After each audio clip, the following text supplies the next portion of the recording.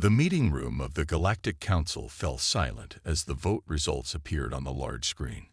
Commander Ethan Blackwell stood still, his face showing no emotion even as his hopes crashed around him. The Council had voted 17-4 against sending help to the Mars colony.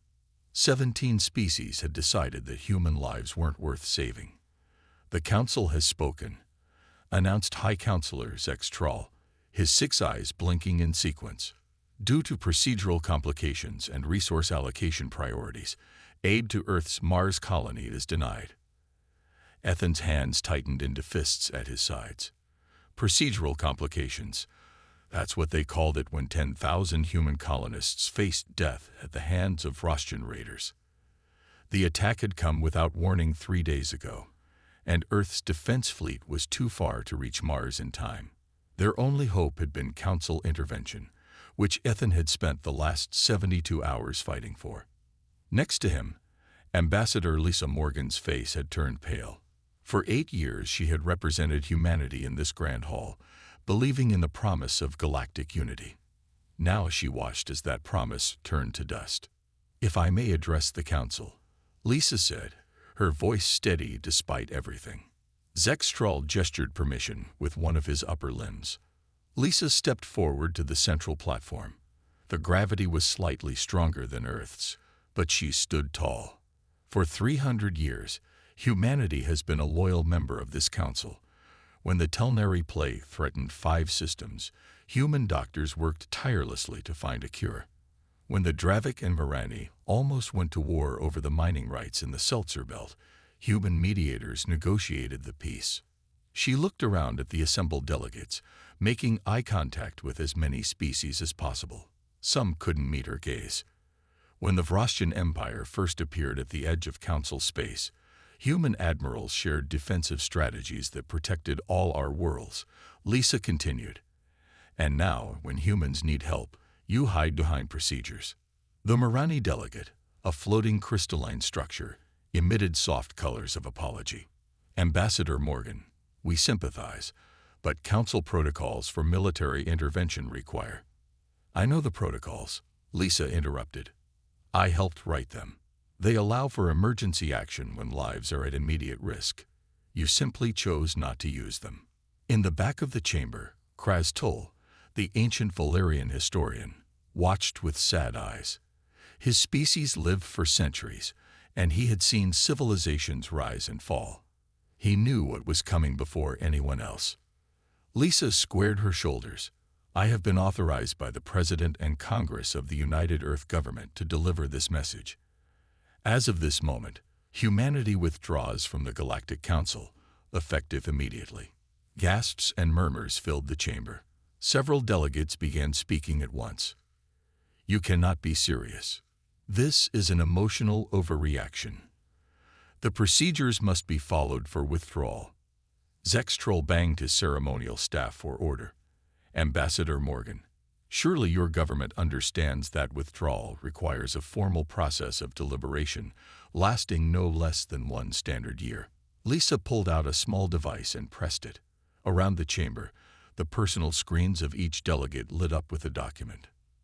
Section 12, Paragraph 7 of the Council Charter states that any species may withdraw immediately if they determine that the Council has fundamentally failed in its primary duty of mutual protection, she said. This document details every instance over the past 50 years where humanity requested aid and was denied while continuing to provide assistance to others. She unpinned the Council insignia from her jacket. We join this Council believing in cooperation and mutual support among species. We leave having learned that some lives matter more than others in your calculations. As she turned to leave, the Husian delegate called out, Where will you go? What will you do alone in a dangerous galaxy? Lisa paused at the door. We will do what humans have always done when abandoned. We will survive. We will remember. And we will build something better. Kraz Tull watched her leave, then spoke for the first time in the session. His ancient voice quieted the chamber instantly. You believe they will come crawling back, he said. You are wrong. You have just lost the one species that held us all together. and you don't even realize it yet. 5 years passed since humanity left the Galactic Council. In his laboratory on Earth's moon, Dr. Alan Foster stood back and admired his work. The new engine glowed with a soft blue light. It was ready for the final test. "Begin test sequence," Alan said to his team. They had worked day and night for 3 years on this project.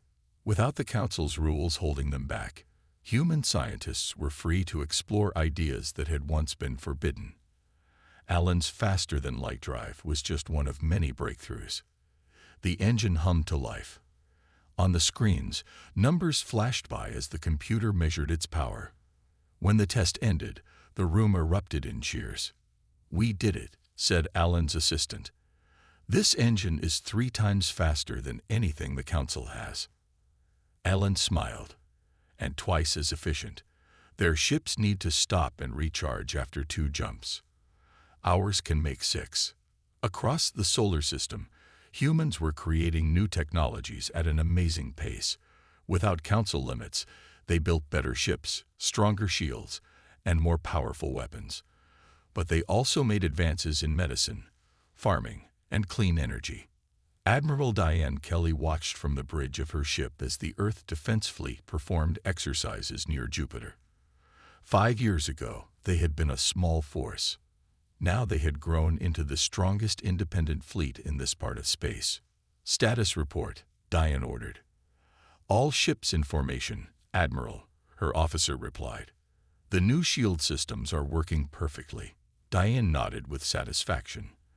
The Council had always kept human military power in check, forcing Earth to depend on them for protection. That time was over. On the business front, changes were happening just as fast. Summit West's trading company had just signed a deal with the Hugian people. It was the 3rd former Council species to break ranks and trade directly with humans. "Your terms are much better than what the Council offered," said the Hugian representative, his feathered head tilting in respect.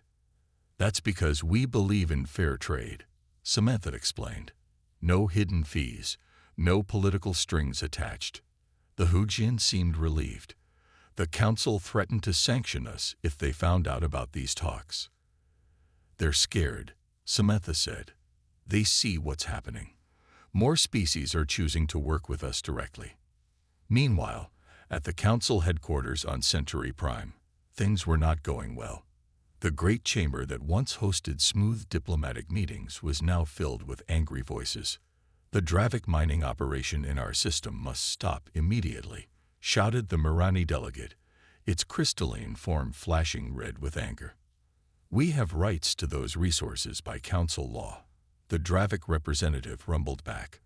High Counselor Zextrol tried to restore order by banging his staff. "Please, we must follow procedures." But no one listened. In the past, human diplomats would have stepped in and found a solution that worked for both sides. Now there was no one to bridge the gaps between different species and their needs. After the meeting, Krastul, the ancient historian, spoke with Zextrol in a quiet hallway. "The cracks are showing," Krastul said. "Without humans to mediate our disputes, old rivalries are returning."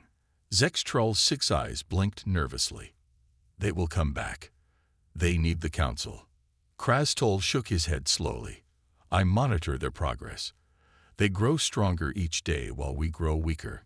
Just yesterday, the Hugians formally requested to establish direct relations with Earth." "What? That violates Council policy," Zextrol exclaimed. "Indeed, and they are not the only ones considering it," Krastul said. "The Council is losing its grip. We never realized that humans were the glue holding our different species together." That evening, a private message arrived for Zextrol. The Vrostian Empire, once contained by Council unity, was moving ships toward the outer systems. Without human military advisors and their quick response teams, the Council's defenses were stretched thin. Zextrol read the report with growing fear. Perhaps the humans would not be the only ones to leave the Council. Perhaps this was just the beginning of the end. 8 years had passed since humans left the Council. The Vrostian Empire had grown bolder with each passing year. Now they attacked the Telnari systems without mercy. Captain Paul Harris of the Earth-ship Defiance was on a routine patrol near the edge of human space. His crew had just finished checking the new sensor outposts when the emergency call came in. "Captain, we're picking up distress signals from the Telnari colony on Vega 9, said Communications Officer Amy Wright. Paul frowned. The Telnari were council members who had voted against helping Mars years ago.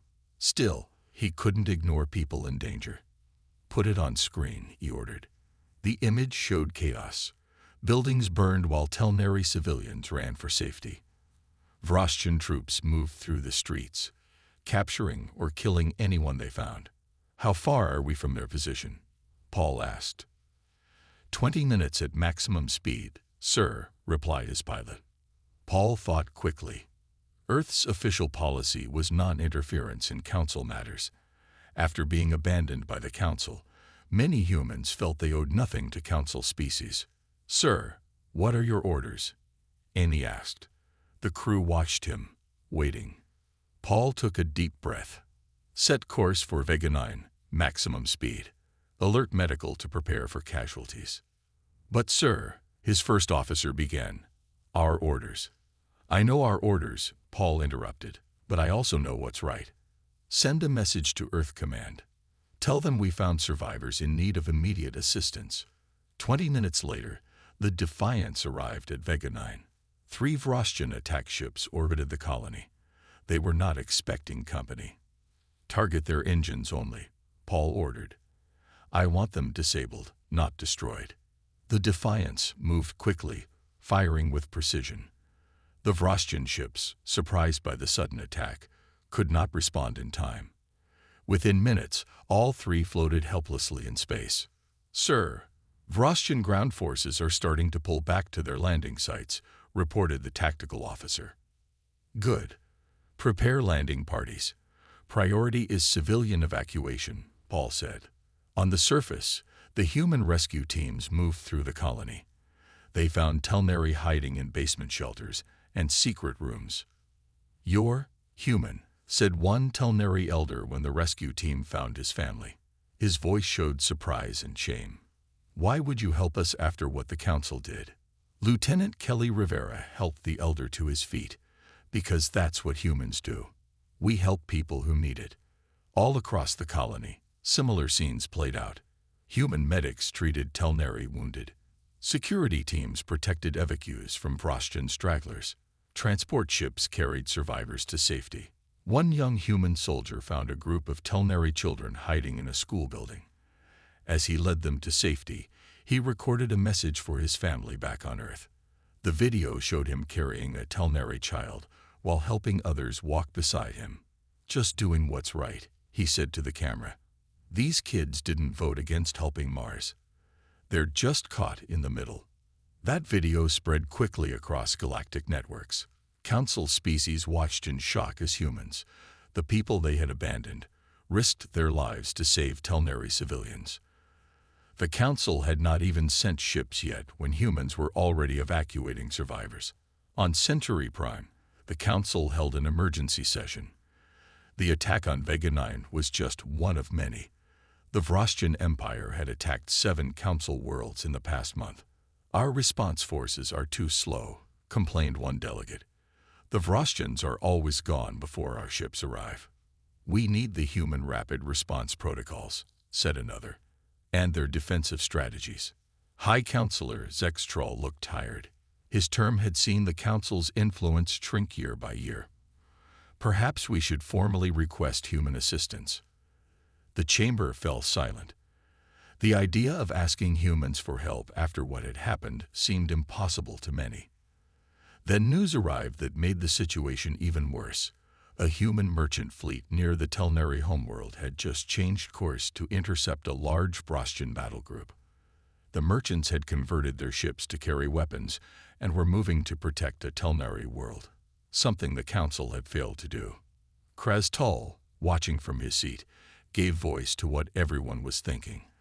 The humans are doing what we cannot, and the galaxy is beginning to notice. 10 years had passed since humanity left the Council.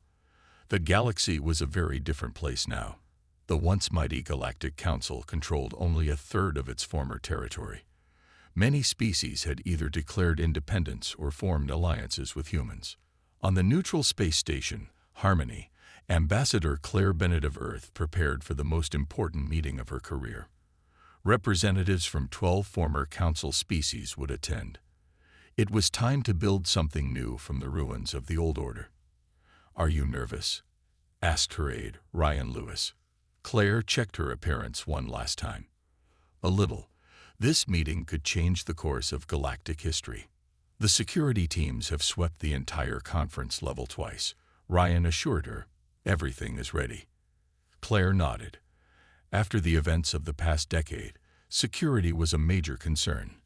Not everyone was happy about the shifts in power.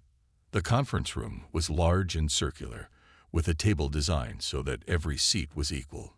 No high platforms, no special chairs. This was not the council with its rigid hierarchy. This was something new. As the delegates arrived, Claire greeted each one personally. The Husians came first, their feathered heads bowing in respect. Then the Marani, their crystalline forms glowing softly. One by one, representatives from species that had once looked down on humans now came seeking partnership. "Thank you all for coming," Claire began when everyone was seated. 10 years ago, humanity left the council because we believed there could be a better way for species to work together. Today, we will begin building that better way. She did not mention the council's failures or humanity's grievances. Instead, she outlined her vision for what she called the Galactic Cooperative. In the cooperative, all members are equal. Decisions require consensus, not just majority votes. And most importantly, the cooperative exists to serve its members, not control them. The delegates listened carefully. Many took notes. The old council had been about power and politics. This was about practical cooperation and mutual benefit. "We do not ask any species to submit to human leadership," Claire continued. "We ask only that each member contributes what they can and receives what they need." As she spoke, alarms suddenly blared. The station's security system had detected a threat. "Security breach in sectors 3 and 5, announced the station's computer. "All delegates please remain in place." 3 Vrostian assassins had somehow gotten past the outer security checks. They were moving toward the conference room with weapons designed to kill multiple species at once. Jack Freeman, head of the human security team, received the alert on his comm device. He immediately positioned his team at all entrances to the conference room. "Hold positions," he ordered. "Nobody gets through." The first Vrostian appeared at the north corridor, firing a bioweapon that sent deadly spores into the air. Jack's mask protected him, but he knew the spores would reach the conference room through the ventilation system. Without hesitation, Jack sealed himself in the environmental control room. From there, he could shut down the affected ventilation shafts. But the controls were damaged in the attack. "Only one way to stop it," he said to himself. He manually closed each contaminated shaft, exposing himself to the spores in the process. His last act was to send the all-clear signal to his team. When the danger had passed, the delegates learned what had happened. Jack Freeman had given his life to save representatives from 12 species that had once turned their backs on humanity. The Zendari delegate, whose people were known for their distrust of other species, stood up. "For centuries, my people have kept to themselves because we believed no other species would ever truly act in our interest. Today, a human proved me wrong." One by one, the delegates rose to honor Jack's sacrifice. Then they returned to the conference table with new determination. "The Vrostians wanted to prevent this alliance," said the Marani representative. "They fear what we might become together." Claire looked at the treaty document in front of her. "Then let's give them something to truly fear. Let's sign this charter and begin building a galaxy where such attacks will never succeed again." By day's end, all 12 species had signed the charter of the new Galactic Cooperative. Jack Freeman's sacrifice had done what years of diplomacy could not. It had convinced even the most skeptical species that humans were genuine in their commitment to a better galaxy for all. 12 years after humanity left, the Galactic Council headquarters on Centauri Prime faced its worst crisis yet. Millions of refugees from planets conquered by the Frostian Empire arrived daily. The once grand and orderly capital was now overcrowded and chaotic. High Administrator Tulok stood at his office window, watching the endless lines of ships waiting to land. His forearms were folded tightly across his chest, a sign of extreme stress in his species. "How many arrived today?" he asked his assistant. "Another 300,000, sir. The shelters are all full. We have people sleeping in the streets." Tulok closed his three eyes briefly. Without human logistical expertise and Earth's extensive colony network, the Council simply could not handle this many displaced people. In the past, refugees would have been distributed across human worlds, which had always welcomed those in need. "The Council meets in 1 hour to discuss your emergency measures," his assistant reminded him. Tulok knew what would happen. The remaining Council members would argue, blame each other, and accomplish nothing, just as they had done for the past 12 years. In the Council chamber, the meeting went exactly as expected. The Dravik representative complained about using resources for refugees when they should be building warships. The Mirani delegate insisted that their worlds could take no more people. Every species looked out for its own interests, with none seeing the bigger picture. Tulok listened to the arguments with growing despair. Finally, he stood up, silencing the chamber. "I have served as your High Administrator for 7 years," he began. "In that time, I have watched our territory shrink, our influence fade, and now our people suffer. Today, I resign my position." Shocked whispers spread through the chamber. No High Administrator had ever resigned before completing a term. "Before I go, I must speak a truth we have all avoided," Tulok continued. "We mistook humanity's flexibility for weakness, their willingness to compromise for lack of principle. We failed to recognize that humans were the adhesive binding our fractious alliance together." Some delegates shouted protests, but many simply looked down at their hands, unable to deny the truth. Tulok placed his insignia of office on the central podium. "I hope my successor has better fortune than I did. They will need it." As he walked out, the emergency alarm sounded. The refugee situation had turned critical. A water purification system had failed in the main camp, and disease was spreading rapidly. The Council's emergency response team was overwhelmed. They had neither the personnel nor the supplies to handle a crisis of this size. As the death toll began to rise, the Council sent desperate messages to any worlds that might help. 3 days later, a fleet of ships appeared in the skies above Centauri Prime. They were not Vrostian warships as many feared, but human vessels. Leading them was Dr. Nicole Sanders and Earth's humanitarian corps. Nicole did not wait for Council permission to land. Her medical teams were on the ground within hours, setting up field hospitals, water purifiers, and food distribution centers. In the main refugee camp, she moved from patient to patient, treating the sick with calm efficiency. A Council official approached her nervously. "Dr. Sanders, we are grateful for your assistance, but there are protocols for intervention on a Council world." Nicole didn't look up from the child she was treating. "I don't care about your protocols. These people need help now." When the official persisted, Nicole finally stood to face him. 12 years ago, you turned your back on humans who needed help. We have not come here for politics or to make you feel better about that choice. We are here for these people only." News of the human aid mission spread quickly across all Council worlds. People watched as human doctors worked day and night to save lives, as human engineers rebuilt critical infrastructure, and as human ships brought more supplies daily.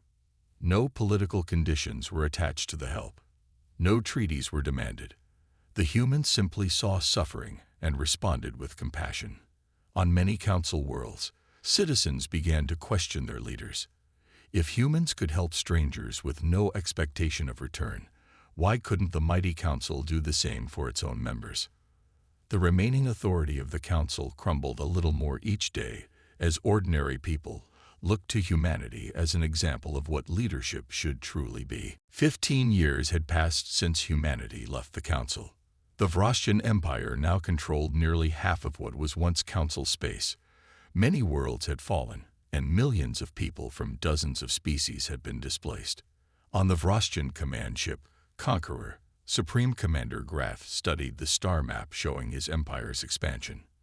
His scaled skin gleamed under the harsh lights as he pointed one clawed finger at a blue and green planet. Earth, he said to his generals, the root of our problems. His senior officers nodded in agreement. The Vrostian advance had been unstoppable until they encountered worlds protected by human technology or included in human trade networks. Their influence spreads like a disease, Grath continued. Other species grow stronger when connected to humans. We must cut off the head of this problem. He outlined his bold plan, a direct attack on Earth itself. With humanity crushed, the rest of their allies would fall easily. The Vrostian Empire would rule the galaxy unchallenged. Prepare the Armada, Grath ordered. Every ship we have. We will make an example of Earth that the galaxy will never forget. News of the Vrostian plan reached the remnants of the Council through their intelligence network. Panic spread through the Council chambers on Century Prime. If Earth fell, they would be next. After a short debate, they made a decision that would have been unthinkable years earlier. They would send a delegation to Earth to request military assistance. The Council ship arrived at Earth's orbital defense ring 2 days later. 3 Council delegates were escorted to the Defense Command Center where General Kevin Reyes waited to receive them. General Reyes began the lead delegate, an elderly Telnari. We come on behalf of the Galactic Council to request Earth's military assistance against the Vrostian threat. Kevin's face remained neutral, but inside he felt a strange mix of satisfaction and anger. The Vrostians are targeting everyone now. Is that it? They have conquered 27 former Council worlds. The delegate confirmed. Our intelligence suggests they plan to attack Earth directly. Kevin nodded slowly. And now you need our help. Interesting how things change. The delegates looked uncomfortable. Everyone in the room knew what had happened 15 years ago, when Earth had asked for help and been refused. The past cannot be changed, said the Telnari delegate softly. But the future is not yet written. If Earth falls, the Council worlds will be next. Kevin studied them for a long moment before responding. I will bring your request to our leadership. But I must warn you, many humans have not forgotten what happened to Mars. Later that day, Earth's Leadership Council met to discuss the situation. The debate was heated. Why should we help them? Asked Defense Minister Olivia Garcia. They abandoned us when we needed them. We're not fighting for the Council, replied Admiral Linda Ortiz. We're fighting for all the innocent people who will suffer if the Vrostians win. After hours of discussion, they reached a decision. Earth would lead a united defense against the Vrostian threat, not for the Council's sake, but for the stability of the galaxy. Admiral Ortiz was given command of the operation. Within days, she had developed a strategy that would integrate ships from 17 different species, many who had never worked together before. The key is to use each species' strengths, she explained to her captains. The Mirani ships have the best shields, the Dravik have superior weapons, and humans have the speed and tactical flexibility. For the first time in galactic history, a truly united fleet began to form. Not under Council authority with its rigid chains of command, but as willing partners with mutual respect. As the fleet assembled near Earth, the Vrostian Armada was detected entering the outer solar system. The largest invasion force ever recorded was heading toward Earth. Admiral Ortiz sent a message to every ship in the Allied fleet. Today we fight not just for Earth, but for a galaxy where no species stands alone against aggression. Today we prove that cooperation freely given is stronger than obedience demanded by force. As both fleets moved toward their confrontation, observers across the galaxy watched with bated breath. The battle for Earth would determine the future of all. The battle for Earth began at dawn, The combined fleet under Admiral Linda Ortiz faced the massive Vrostian armada in Earth's orbit. It was the largest space battle in recorded galactic history. All ships maintain formation. Linda ordered from her command ship, "Remember your training and trust your allies." The Vrostian ships came in fast, their weapons charging. They had expected to find only human defenses. Instead, they found vessels from 17 different species flying side by side. "First wave, engage," Linda commanded. The fast Murani ships moved forward, their crystal hulls reflecting sunlight as they activated their superior shields.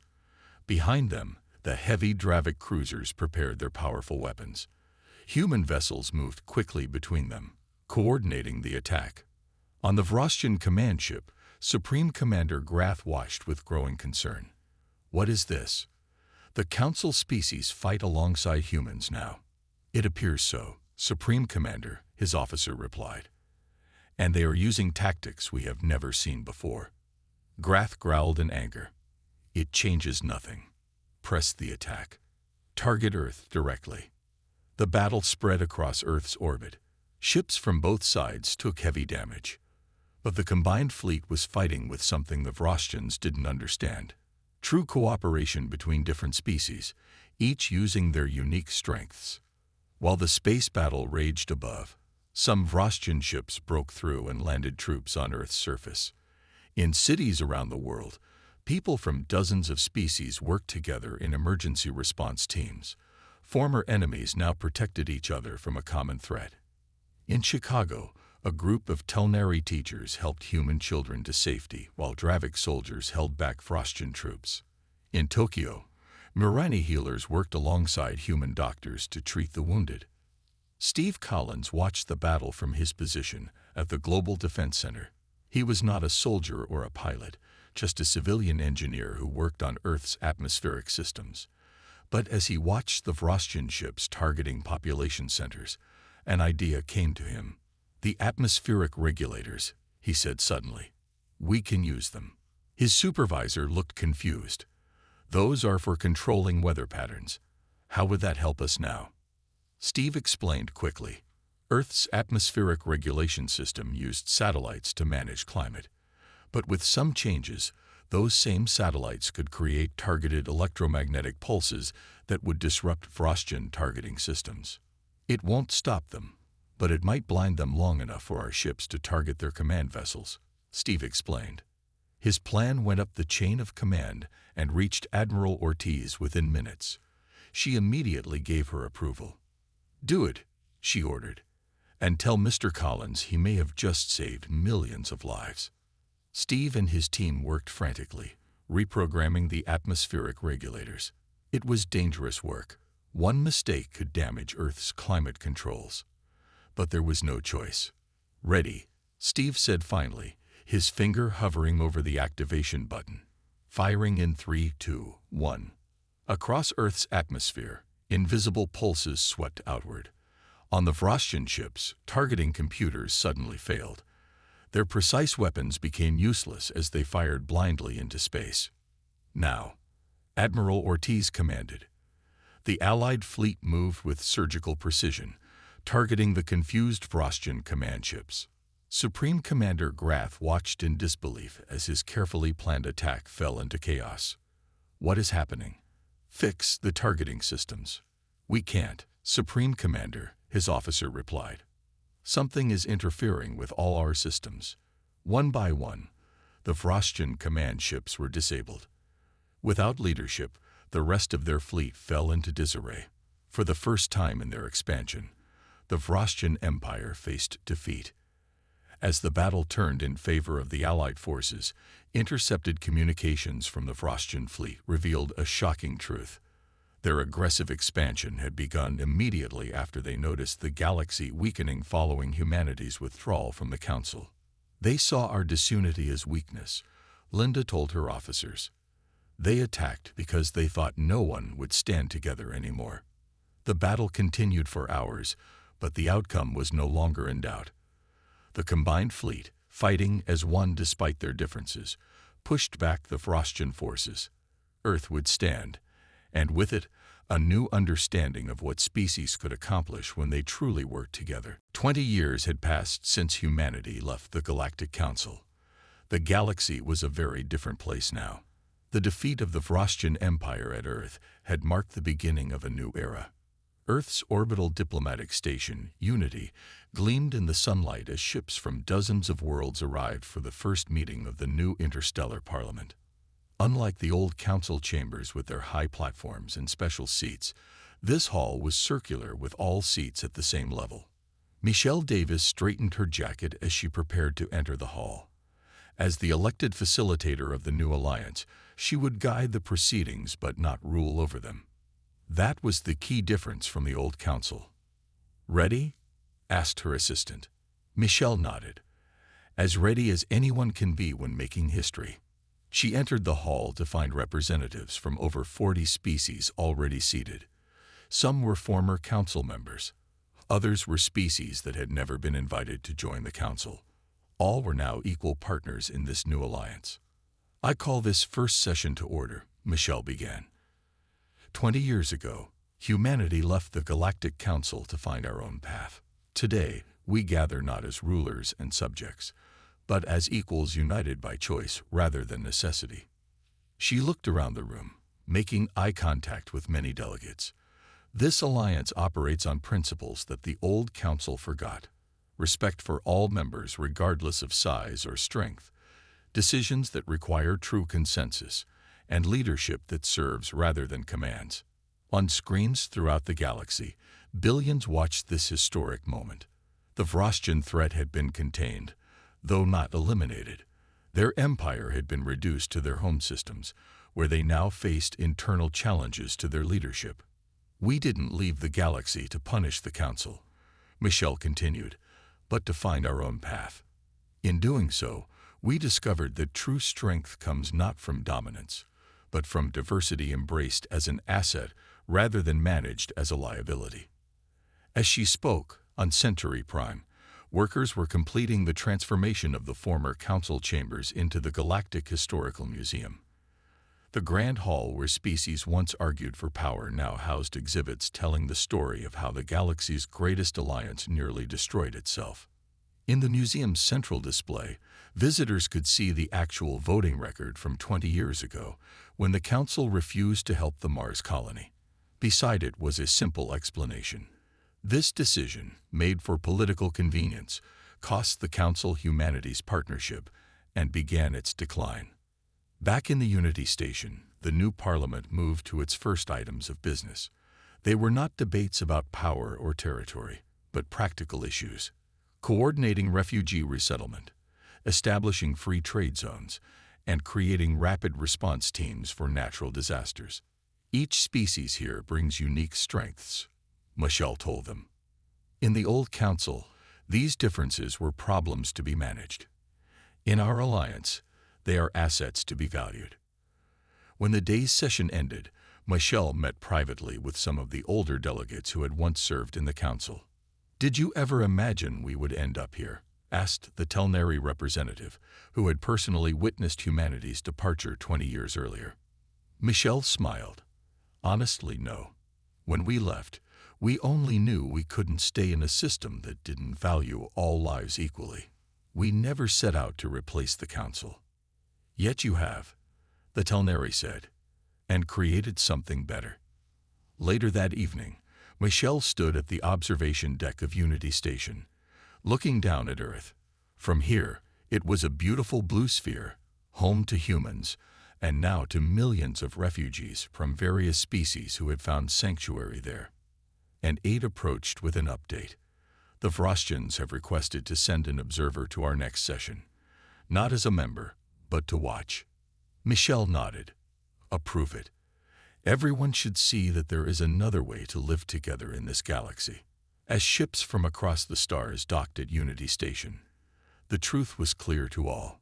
The old council had fallen because it forgot that true leadership comes from serving others, not ruling them. Humanity hadn't set out to leave the galaxy, but by walking their own path with integrity, they had shown others a better way forward. The galaxy, once fractured, had found unity not through force or fear, but through mutual respect and voluntary cooperation, a system humans had advocated for centuries before they were finally heard.